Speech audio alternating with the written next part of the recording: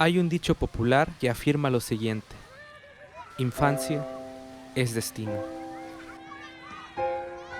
Y es que todos en algún momento nos hemos preguntado, ¿por qué existen los adultos incapaces de formar lazos afectivos sanos? ¿Por qué hay niños con problemas de autoestima? ¿Por qué tenemos niños con problemas de aprendizaje? ¿Por qué hay niños con conductas desadaptativas? ¿Por qué tenemos jóvenes que no saben cómo relacionarse con otros chicos de su edad? Y un largo etcétera.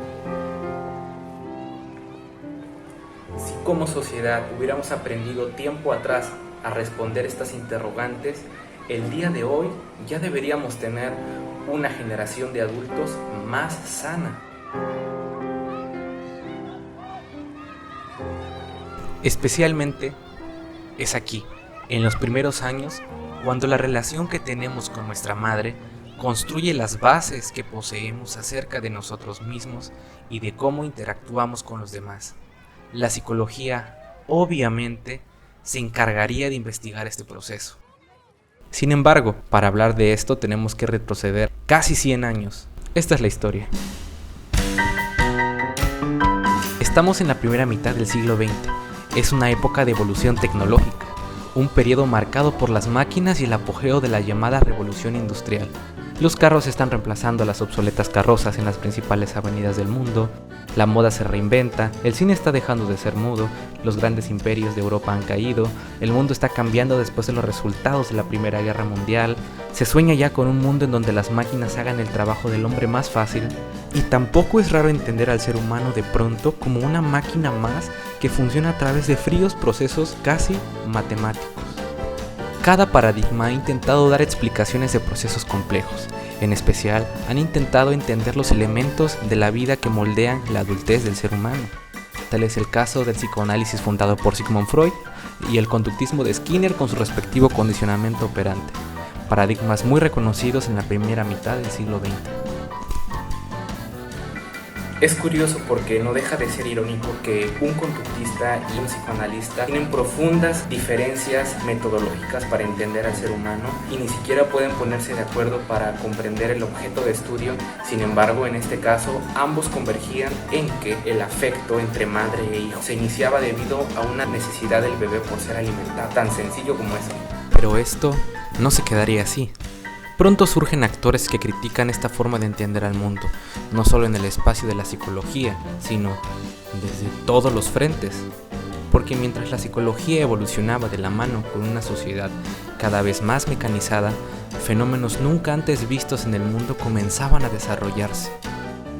La psicología misma comenzó a perfeccionarse no solo para el estudio del hombre, sino para su dominio. Fue así como un hombre que había guardado silencio toda su vida decidió hablar. For everyone, the way of life can be free and beautiful, but we have lost the way. Greed has poisoned men's souls, has barricaded the world with hate, has goose-stepped us into misery and bloodshed. We have developed speed, but we have shut ourselves in. Machinery that gives abundance has left us in want. Our knowledge has made us cynical, our cleverness hard and unkind. We think too much and feel too little. More than machinery, we need humanity. More than cleverness, we need kindness and gentleness. Without these qualities, life will be violent and all will be lost. Soldiers, don't give yourselves to brutes. Men who despise you, enslave you, who regiment your lives, tell you what to do, what to think, and what to feel, who drill you, diet you, treat you like cattle, use you as cannon fodder. Don't give yourselves to these unnatural men. Machine men with machine minds and machine hearts. You are not machines, you are not cattle, you are men. Digamos que tanto en el arte como en la psicología comenzó a haber gente que no estaba de acuerdo en cómo se estaba mirando el mundo y las cosas que estaban comenzando a surgir en él por esta ideología dominante. Y digamos que tenían pues un par de razones. The marching, seething squash of adult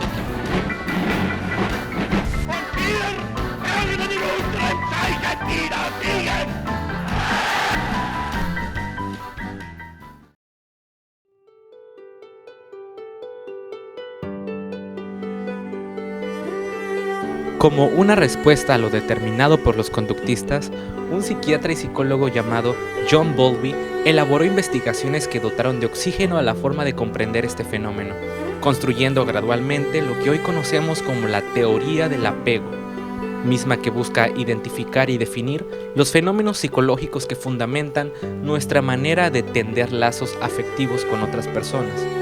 Bowlby se interesó especialmente en los primeros 2 años de vida y aseguró que en ese tiempo el niño quedaría marcado fuertemente por el resto de su vivir. En su teoría, el apego y los sistemas de exploración son elementos primordiales. Un niño sano es uno que tiene el interés natural por explorar y descubrir cosas desconocidas de su entorno. Al interactuar con su medio, desde encontrar una superficie con texturas diferentes o ver a una persona extraña, los niños naturalmente se asustan y buscan la protección de su figura significativa o cuidador primario, rol que por esos años era normalmente atribuido solo a la madre. Bowlby, al ser evolucionista, defendió la idea de que entre las madres y los hijos existen genes especialmente asignados para construir un vínculo emocional poderoso. Afirmaba que el vínculo más importante en nuestra vida será el que tenemos con nuestra madre en los primeros 2 años después de haber nacido, relación que no debe estar solamente compuesta por la satisfacción de una necesidad alimenticia, sino que paralelamente debe estar sustentada en muestras de afecto y un contacto físico hacia el niño. Este fenómeno lo nombró como monotropía, y asimismo descubrió que, después del 2.º año de vida, si al niño se le privaba de esta cercanía materna, resultaría muy perjudicial para él, por ir en contra de lo que inclusive la genética misma había programado en su interior.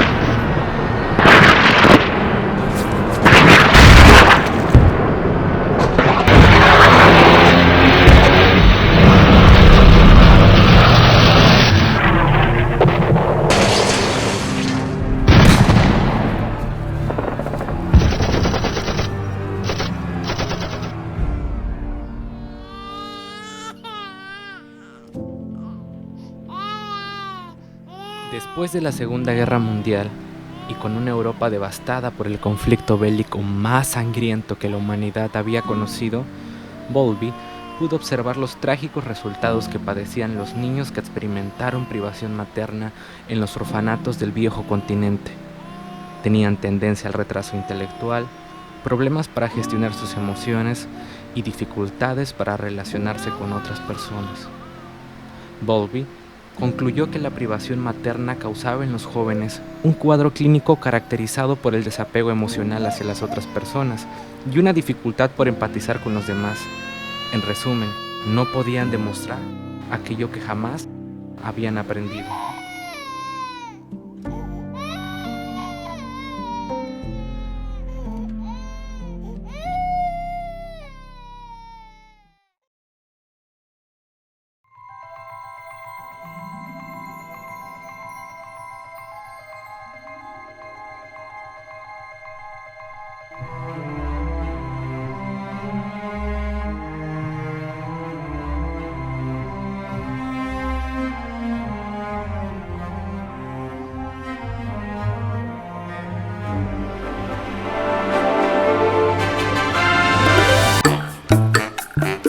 Watch. Higher personality. Look! Now he's actually threatening. Diabolical object.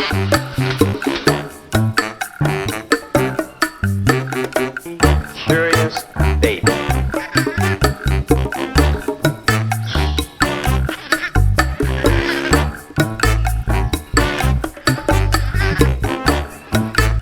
Estoy viendo lo que estaba editando y me di cuenta que estuve a punto de romantizar a Harlow, cuando sus experimentos, al día de hoy, no serían legales por dañar a los animales.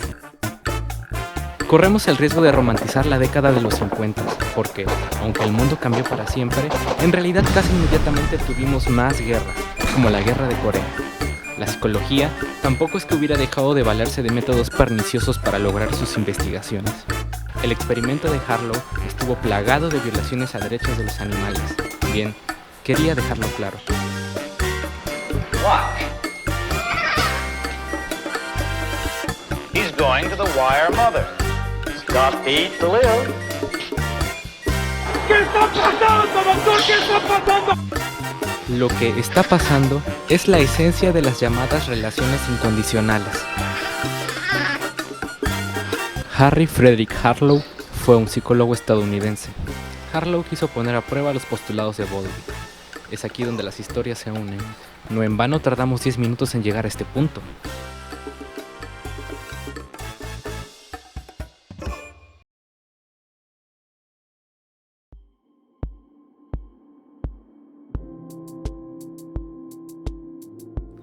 Harlow se dedicó a estudiar la teoría del apego y la privación materna de Bowlby. También buscó desestimar la idea de que la relación de madre e hijo tenía sus bases esenciales en el alimento que las mamás proporcionaban a sus bebés, afirmación racional y economicista, distintiva de la época. Para lograr dicho experimento, se separó a monos pequeños de sus verdaderas madres con el fin de introducirlos en jaulas. Viviendo ya adentro, los monos bebés se encontraban con dos artefactos peculiares que simulaban la fisionomía de sus madres. No obstante, había una diferencia trascendental entre ambos. Una de estas representaciones maternas estaba construida por felpa suave, sin la capacidad de dar alimento, y la otra estructura estaba edificada de alambre, pero dotada de un biberón con leche para alimentarlos. Ambas madres proporcionaban cosas diametralmente opuestas. Una simulaba el postulado de Bowlby que afirmaba la importancia del contacto físico en el vínculo materno, y por otro lado, la estructura de alambre simbolizaba la premisa de la alimentación por encima de la afectividad.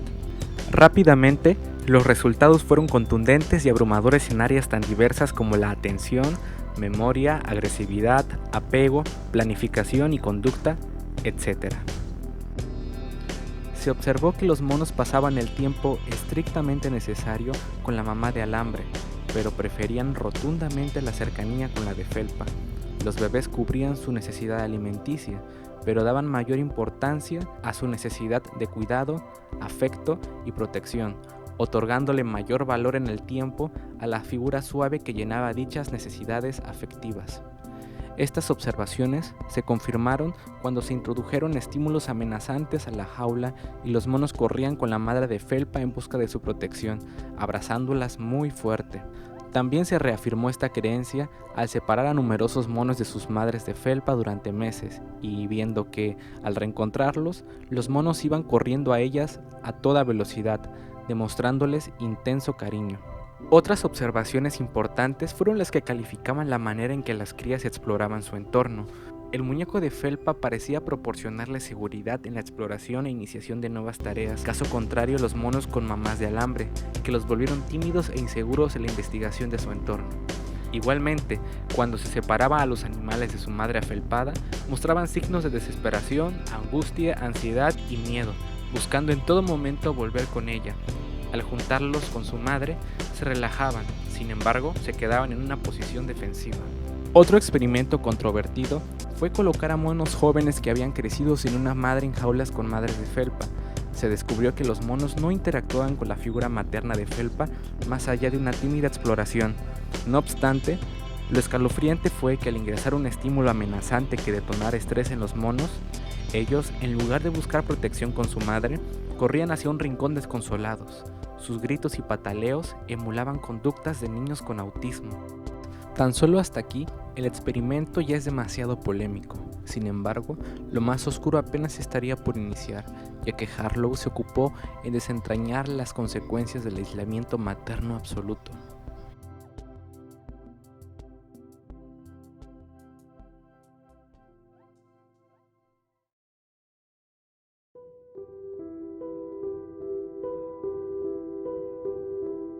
Construyó este aislamiento privando a los monos bebés en jaulas carentes de cualquier estímulo sensorial con el exterior, quitándoles también cualquier interacción social a través de espejos especiales con los que no podían ver lo que sucedía del otro lado del cristal. Para variar, Harlow buscó una deconstrucción total del concepto de madre definido por conductistas y freudianos, colocando solamente en la jaula un bebedero y un comedero. es decir, ni alambre ni felpa. Los animales ya no tenían una estructura definida a quién recurrir. En este turbio experimento se dejaron monos en aislamiento durante un mes, varios meses y hasta un año. Los resultados fueron estremecedores. Los que permanecieron un mes ya presentaban alteraciones indiscutibles en su comportamiento. Los que duraron un año completo quedaron en una pasividad equiparable a la catatonia y una indiferencia hacia los demás. Jamás pudieron recuperarse de esa experiencia. La mayoría desarrolló severos problemas de sociabilidad y apego cuando llegaron a la etapa adulta. No se interesaban en encontrar pareja y tener descendencia. Otros no comían, muriendo al cabo de un tiempo.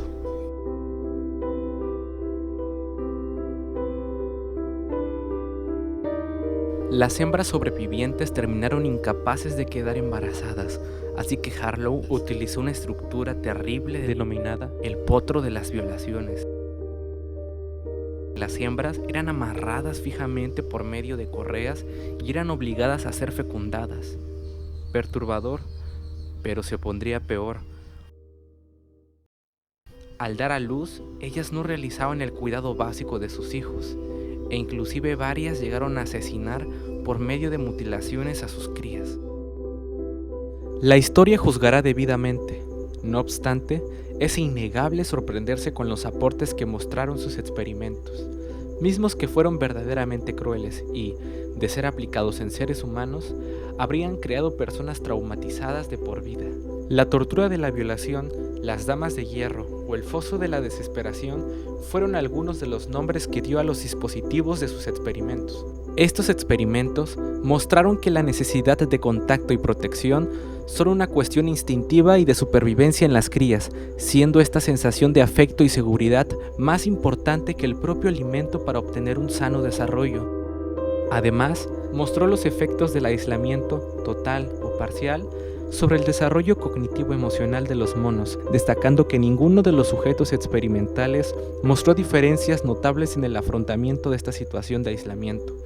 En otras palabras, los monos extravertidos sufrían las mismas consecuencias que los introvertidos. Los monos que tuvieron una figura de apego asequible y confortable aprendieron que el mundo era un lugar seguro, cálido y afectuoso. Crecieron más seguros, pacíficos y emocionalmente estables.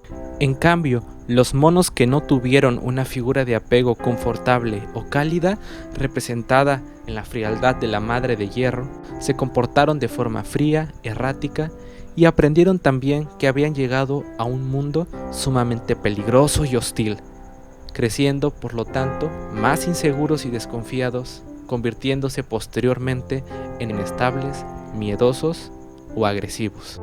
Hay quienes aseguran que es imposible comparar un mono con un humano. Sin embargo, los paralelismos que Bowlby y Harlow encontraron en sus respectivos experimentos tenían puntos comunes a pesar de la diferencia de especies. No podemos satanizar totalmente al experimento. La industria de la maternidad, los orfanatos, los hospitales y la sociedad se han beneficiado de los experimentos de Harlow. Por ejemplo, ahora los médicos saben que cuando nace un bebé deben ponerlo sobre la madre para que ella misma contribuya a la formación del apego en esos pocos días o inclusive horas de vida. Finalmente, ¿qué opinan ustedes?